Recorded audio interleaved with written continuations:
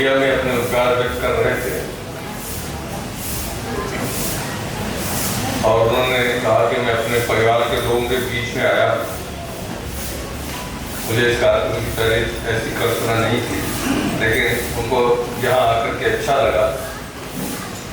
और मैं भी ऐसा ही मानता हूँ कि हम अपने परिवार के लोगों के बीच में कार्यक्रम कर रहे हैं। हमको भी नहीं पता था कि कौन मुख्य अतिथि हैं, कौन विशिष्ट अतिथि हैं, उनका स्वभाव कैसा होगा, विचार कैसा होगा, व्यवहार कैसा होगा। लेकिन यहाँ आने के बाद जितनी बातचीत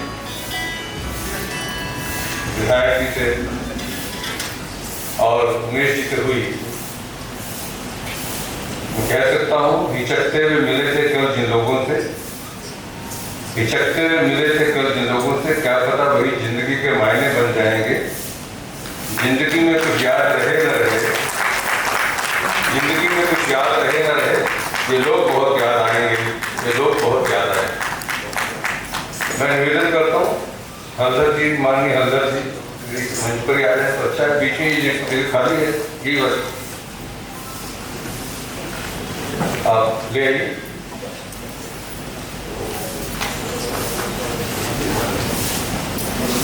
कोई नहीं, सब बैठे, नहीं, बड़ा गौरव का विषय है कि वो भी आज आइए।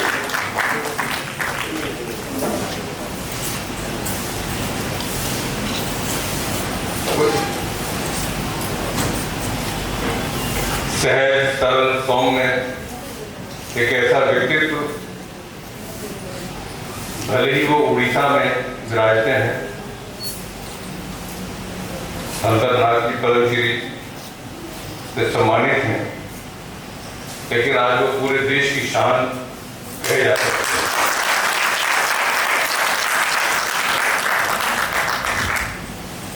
नए घर में चीजें पुरानी और कौन रखता है, नए घर में चीजें पुरानी और कौन रखता है, परिंदों के लिए कुंडों में पानी और कौन रखता है। ये तो आपने संभाले हैं गिरती दीवारों को, वरना सलीके से बुजुर्गों की निशानियों को रखता है।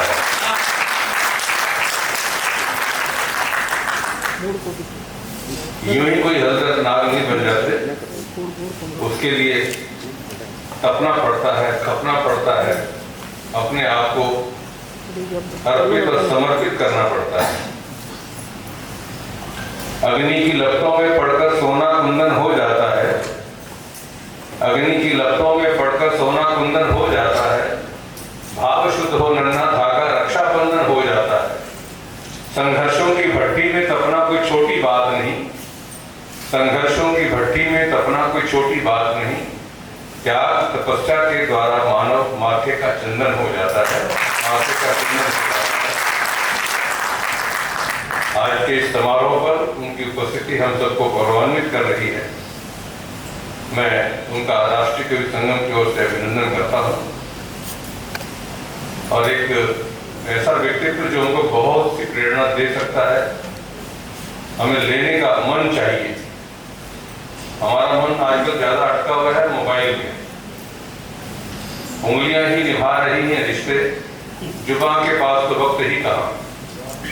उंगलियां ही निभा रही हैं रिश्ते, जुबान के पास तो वक्त ही कहा। सब टच में बिजी हैं, सब टच में बिजी हैं, पर टच में कोई नहीं। घर के लोगों को भी माँ बेटा रोटी तैयार हो गई, भोजन तैयार हो गया है, आ जाओ, फोन करके ही दूसरे कमरे से बुलाना पड़ता। आप ऐसे लोगों के टच में रहिए। हल्दर जी हैं, अश्विनी जी हैं, उमेश जी हैं और हमारे कवि महोदय आपको जो कविता सुनाएंगे, सुदीप भोला जी पूरे विश्व के अंदर जाते हैं। हमारे जोगिंद्र शर्मा जी भीलवाड़ा से आते हैं, लेकिन पूरे सीमाओं पर सैनिकों के बीच में जाकर के भी बहुत सारे कार्यक्रम करते हैं। और हमारे राष्ट्रीय कवि संगम के प्राण कहें, आत्मा कहें, महेश जी भी आज हमारे बीच में हैं।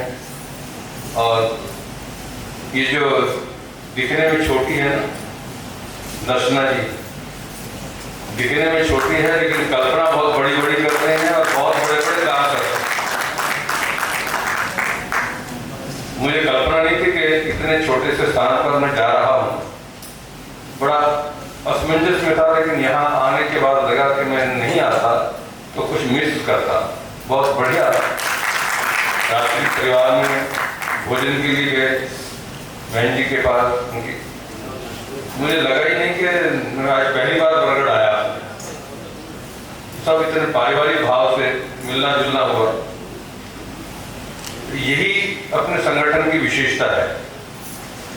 कवियों को भी मैं कहा करता हूं कि हम डॉक्टर हेडगेवार यूनिवर्सिटी के छात्र हैं, डॉक्टर हेडगेवार यूनिवर्सिटी के छात्र हैं और कवियों को राष्ट्रवाद की वैक्सीन लगाने का काम कर रहे हैं। जो बात अभी काव्य क्षेत्र के अंदर कहीं कहीं 19 हो जाती हैं, उनको समाप्त करके राष्ट्रवाद का भाव सबके कवियों में जगे, टूटते बिखरते परिवारों को इकट्ठा करने की कविता जगे। कहीं ना कहीं जिन बातों का अभाव है, आपको आज कवि सम्मेलन में बहुत अच्छे विषय सुनने को मिलेंगे। जो इस समय देश में दूषित वातावरण हो गया है, उसको भी सुधार करने की आवश्यकता है। देश सबल हाथों में है, सफल हाथों में है। भारत बदल रहा है, भारत जग रहा है। आवश्यकता इस बात की है कि जो काम देश के प्रधान सेवक कर रहे हैं वो हमारा भी मिशन बने, इसकी आज बहुत आवश्यकता है। नहीं तो राष्ट्र विरोधी शक्तियां तोड़ने के काम में लगी हुई हैं, सब इकट्ठा होकर के भी कर रही हैं, केवल देश की ही नहीं विदेश की भी। मैं समझता हूँ बहुत महत्वपूर्ण इस समय हम दौर से गुजर रहे हैं। अपना अपना दायित्व तो समझेंगे तो शायद हम इस समस्या से बाहर निकल पाएंगे। अन्यथा जो कुछ पड़ोसी देशों में हो रहा है, कल कहाँ कहाँ और हो, हम इससे अभी अनजान रहे। लेकिन अपनी जिम्मेदारी समझेंगे तो अच्छा रहेगा। जो भी है, बहुत सी बातें अंदर हैं, लेकिन सब न कहने का समय है, न कहने के लिए शब्द हैं। भाव आप समझ सकते हैं। आज हम भारत के अंदर सौभाग्य से जन्म लेकर के उपस्थित हुए हैं। हमने कोई एप्लीकेशन नहीं दी थी कि मुझे भारत में जन्म देना, उड़ीसा में देना, इस परिवार में देना, ऐसे परिवार में देना। लेकिन आपने कोई अच्छे कर्म किए होंगे तब आपको ये मनुष्य तन मिला है। और इससे कुछ अच्छे काम करेंगे, परमार्थ के काम करेंगे तो शायद अगली बार भी मिले। अपने अपने लिए तो सब करते हैं, देश के लिए, समाज के लिए, धर्म के लिए कुछ कर जाएंगे तभी हमारा जीवन सार्थक होगा। अन्यथा जिम्मेदारी सब लोग निभाते हैं। मेरे बारे में बहुत कुछ परिचय में बताया गया। मैं अपना परिचय संक्षेप में इतना ही दिया करता हूँ। मेरी कोई इंडस्ट्री नहीं, कोई बिजनेस नहीं, कोई नौकरी नहीं, कोई शादी नहीं, बैंक अकाउंट नहीं, LIC नहीं, मेडिक्लेम नहीं, प्रॉपर्टी नहीं। शरीर पर अहंकार करता था, मेरे पास मेरा शरीर है, ये भी मैंने मेडिकल कॉलेज अग्रोहा को डोनेट कर दिया। उसके बाद मेरे पास कुछ नहीं, केवल शब्दों में कुछ नहीं है, लेकिन मेरे पास फिर भी बहुत कुछ है कि इतना भरा पूरा परिवार मेरे पास है। ये मेरी बहुत बड़ी शक्ति है, बहुत बड़ी संपत्ति है। मैं विवाह कर लेता, क्या होगा, 2-3 बच्चे हो जाते। अब बिना शादी के मेरे पास इतने बच्चे, इतने भाई, इतनी बहनें, मैं तो धन्य हूँ। दर्शना जैसी छोटी बहन है, बहुत से, और हमारे रोहित, साकी गोपाल, देवेंद्र परिहार से बहुत लोग हैं। कुछ बेटे हैं, बेटियां हैं, भाई हैं, बहनें हैं, जिन पर मैं गर्व करता हूँ। और आज इस परिवार में मेरे सहयोगी साथी अश्विनी जी, हल्दर जी, महेशी और जुड़ गए। तो मेरा परिवार कितना बड़ा है मुझे खुद ही नहीं पता। तो इसलिए आप कोशिश कीजिए, अपने द्वारा कुछ अच्छे काम हो जाएंगे तो फिर दोबारा से आप मनुष्य तन पा पाएंगे, नहीं तो पता नहीं ईश्वर कौन सी जोनी में आपको भेजेगा। स्वार्थ से बाहर निकले, परमार्थ के जीवन में जाएं, यही भविष्य तय करने वाला है। अपने जीवन के अंदर विनम्रता का भाव रखें, ये बहुत आवश्यक है। पत्रकार बंधुओं को ये छूट नहीं होती है कि वो सामने की पंक्ति में बैठ करके बातें करें, आपके लिए बहुत देर से, फिर बाद में आप अलग से आएंगे, एक बाइट चाहिए।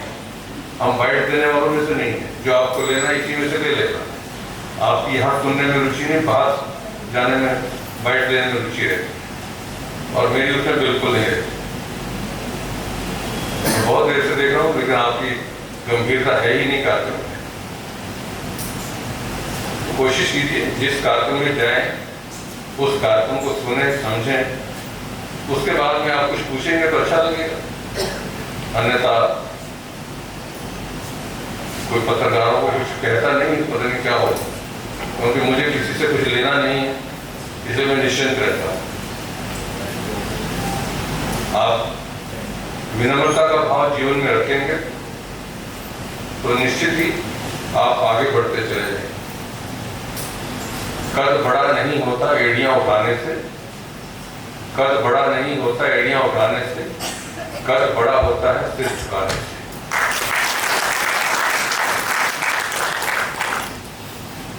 साहित्य समाज को दिशा प्रदान करता है। कविता सबके जीवन में एक महत्वपूर्ण भूमिका निभाती है। करोड़ों रुपए की फिल्म जो कोई 100 करोड़ की बनती है, 200 करोड़ की बनती है, 300 करोड़ की बनती है, और बॉक्स पर जाकर वो फेल भी हो जाती है। 300 करोड़ की फिल्म फेल हो जाती है, लेकिन ये जो कवि यहाँ बैठे हैं, इनकी एक एक कविता वो 300 करोड़ क्या, कई करोड़ से ज्यादा होती है। उस फिल्म बनाने वाले के पास अपना कुछ नहीं रहता। स्टोरी कोई लिखता है, संवाद कोई लिखता है, पर्दे पर कोई बोलता है, गीत कोई लिखता है, गाता कोई और है, ढोलक चिंटा तबला पीछे से कोई और बजा रहा होता है। इतने सब लोग उस फिल्म को बनाने में लगते हैं, और थिएटर से बाहर आने के बाद किसी के हाथ में कुछ नहीं रहता।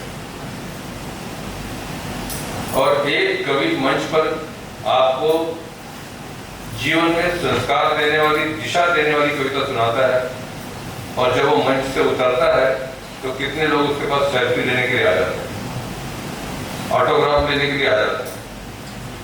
कोई आयोजक है तो कहता है आप पुरानी तारीख को हमारे यहाँ कार्यक्रम में आ सकेंगे। ये है कविता की शक्ति। और इतना ही नहीं, अपने जो जानते होंगे विधानसभा में, लोकसभा में, किसी भी राजनेता का भाषण तब तक प्रिय नहीं होता, अच्छा नहीं होता, जब तक वो अपने भाषण में कोई 4 पंक्तियां कविता की, शेर की नहीं सुना देता है। और वही मीडिया के अंदर हेडलाइन बनती है कि उन्होंने ये कहा। प्रधानमंत्री जी की बात कोई पर्ची कविता के लेकर के उपस्थित होकर के बोलते हैं, तो कविता उस भाषण को अधिक पुष्ट करती है। ये है कविता की शक्ति। इसलिए राष्ट्रीय कवि संघ वो काम कर रहा है जो परिवारों में संस्कार देने के लिए महत्वपूर्ण है। नहीं तो हमारे परिवारों के बच्चे, हम बच्चों को पैसा दे देंगे, बढ़िया मोबाइल दे देंगे, कुछ और चीजें दे देंगे, लेकिन संस्कार नहीं देंगे। और आगे चल करके लगता है कि बेटा अगर बड़ा हो जाता है तो हम ही उससे कुछ बात कहने में डरने लग जाते हैं। अपने बेटे को ये बात मैं कहूंगा तो सामने उसको अच्छा लगेगा नहीं लगेगा, सामने से कुछ बोल तो नहीं देगा, हम ही संकोच में पड़े रहेंगे। कल को हमको इतना कुछ उसको देने के बाद वो हमारे प्रति क्या व्यवहार करेगा। मुझे अपने बहनों के, बेटियों के समर्थन में कुछ एक पंक्तियां बड़ी अच्छी लग रही। हमारे दुर्ग भिलाई के कवि हैं मेघ शर्मा, बाबूजी को ठंड से ठिठुरते जो देखा, बेटियां नींद छोड़ रजाई खोजती रही। बेटे खोजते रहे कागज वसीयतों का, बेटे खोजते रहे कागज वसीयतों का, बेटियां तो बाप की दवाई खोजती।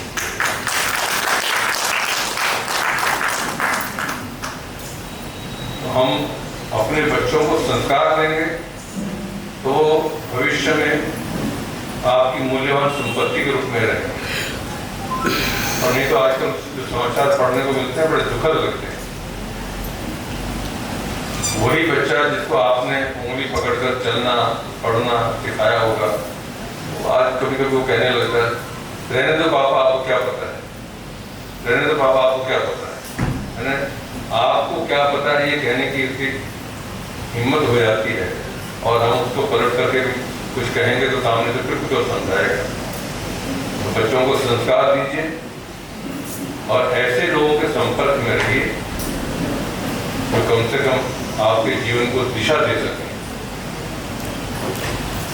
जीवन में संस्कार सबसे महत्वपूर्ण है। बहुत छोटी छोटी बातों से संस्कार दिया जा सकता है। हमारे पास करोड़ों रुपया नहीं होगा, लेकिन आप करोड़ों का किसी को ऐसा पीठ पर हाथ रख करके तो कह सकते हैं कि मैं हूं ना। कोई आपके कंधे पर सिर रख करके रो रहा है और आप उसको कुछ दे नहीं पा रहे हैं, तो भी चिंता मत कर, मैं हूं ना। ये दो शब्द उसके लिए बहुत मूल्यवान है। एक छोटा सा बच्चा एक फूल बेच रहा था मंदिर के बाहर, और एक व्यक्ति उससे फूल खरीद रहा था, और उस दोनों के दृश्य को एक तीसरे आदमी ने देखा जो वहां से निकल रहा था कि फूल बेचने वाले बच्चे के पाँव में जूते नहीं है। वो तेजी से दौड़कर एक जूते वाले की दुकान के ऊपर गया और वहां से जूता ले आया, जूता पहना दिया बच्चे को। बच्चा बहुत खुश हो गया। जूता पहनाने वाले को उसने पकड़ के हाथ पकड़ लिया, कहा कि तू भगवान है क्या? तू भगवान है क्या? नहीं, मैं भगवान नहीं हूँ। तो भगवान कैसे नहीं? कल रात को मैंने राम जी को कहा था, धूप में मेरे पाँव जलते हैं, मुझे जूता चाहिए। राज उन्होंने मुझे जूते भिजवा दिए। तो भगवान नहीं थे? नहीं, तो भगवान नहीं हो। तुम भगवान नहीं हो, फिर भगवान के दोस्त जरूर हो। भगवान के दोस्त जरूर। राम बनना तो मुश्किल हो सकता है, पर राम के दोस्त बनना मुश्किल नहीं। इतने छोटे छोटे काम जब भी आपको लगे यहाँ मेरी भूमिका हो सकती है, सहयोग की भूमिका हो सकती है, तुरंत बढ़कर के उस काम को कर दीजिए। भाव सेवा का जब भी जगे मन में, समझ लो कि राम कहीं आसपास है।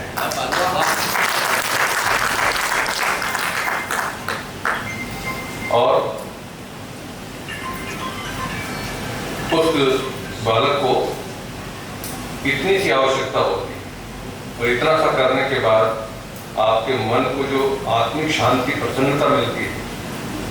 पूर्ण बेचैन जी के शब्दों में कहना हो, गमों की आंच पर आंसू बाल कर देखो, गमों की आंच पर आंसू बाल कर देखो, बनेंगे रंग किसी पर डाल कर देखो, तुम्हारे दिल की चुभन भी जरूर कम होगी, किसी के पांव से कांटा निकाल कर देखो। जब जब कि आप कुछ ऐसा करेंगे, आपका मन अंदर से आपको प्रसन्नता भी देगा, आपके पूर्वज ऊपर से आपको आशीष भी देंगे कि हमारा बालक ठीक काम कर रहा है। इन बातों की आज बहुत आवश्यकता है। कोशिश कीजिए जीवन में इन बातों को हम संस्कारों के रूप में आने वाली पीढ़ियों को देते जाएं। निश्चित ही तन समर्पित, मन समर्पित और यह जीवन समर्पित, चाहता हूँ देश की धरती तुझे कुछ और भी दूं जो मैं अपने लिए कहा करता हूँ। तन मेडिकल कॉलेज को दे दिया है, मन आप सबके लिए है, धन मैंने माता जी पिताजी के नाम से जो ट्रस्ट बनाया है 2.25 करोड़ उसमें डाल दिया है, और उसमें ट्रस्टी में मैं एक ट्रस्टी रहूंगा, उसका अध्यक्ष नहीं रहूंगा। बैंक में सिग्नेचर मेरे नहीं रहेंगे, उन लोगों के रहेंगे। 13 लोगों का ट्रस्ट। दिल्ली यूनिवर्सिटी के वाइस चांसलर हैं, उसके संरक्षक परमात्मा निकेतन वाले संरक्षक हैं, अनिल किशोर अग्रवाल जी ऐसे लोग हैं। अग्रवाल साइकिल उमर के जो चेयरमैन हैं उनको उस ट्रस्ट का अध्यक्ष रहता है, कोई सूर्या रोशनी के लोग हैं, कोई और किसी के एक्शन के। ये पता है सबको, कल साथ कुछ नहीं ले जा सकते, कुछ ना लेकर आए ना ले जा सकते हैं, फिर उससे पहले अपने को किसी न किसी को सौंप दो। हम हिसाब भी क्यों रखें, उसकी सुरक्षा की भी चिंता क्यों करें। इतने लोगों को बांट दो ताकि वो उसका सदुपयोग करें किसी बच्चे की पढ़ाई के लिए, दवाई के लिए, अपना रोल अच्छे से अच्छा निभा करके जाए, माता का, पिता का, भाई का, बहन का। जिंदगी के रंगमंच पर इतनी खूबसूरती से निभाओ किरदार अपना, जिंदगी के रंगमंच पर इतनी खूबसूरती से निभाओ किरदार अपना कि पर्दा गिरने के बाद भी तालियां बजती रहें, तालियां बजती रहें, लोग याद करते रहें। इन्हीं शुभकामनाओं के साथ मैं अपनी बात को विराम दूंगा। धन्यवाद।